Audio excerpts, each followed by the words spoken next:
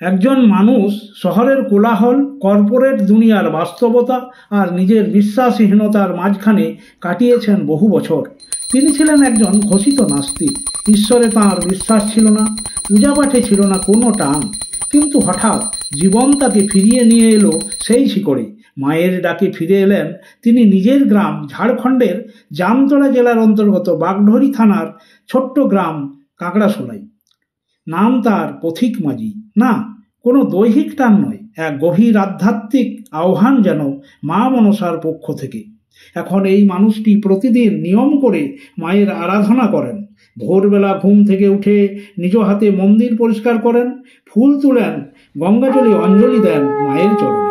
একসময় যিনি ঈশ্বরের অস্তিত্বে প্রশ্ন তুলতেন, আজ তিনি ঘণ্টার ধ্বনি আর ঢাকের শব্দে মুখর করে তুলছেন সারা পাড়া। দিনে বেশিরভাগ সময় কেটে যায় মন্ত্রপাঠে, ধূপধুনোয়, ভক্তিগীতিতে।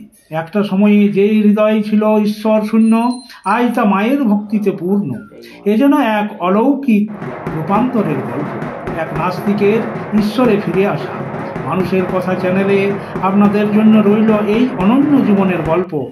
দেখুন, শুনুন আর ভাবুন, বিশ্বাসের এই যাত্রাপথ ঠিক কতটা গভীর হতে পারে।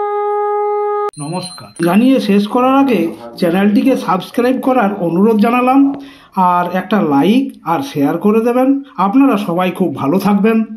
ধন্যবাদ।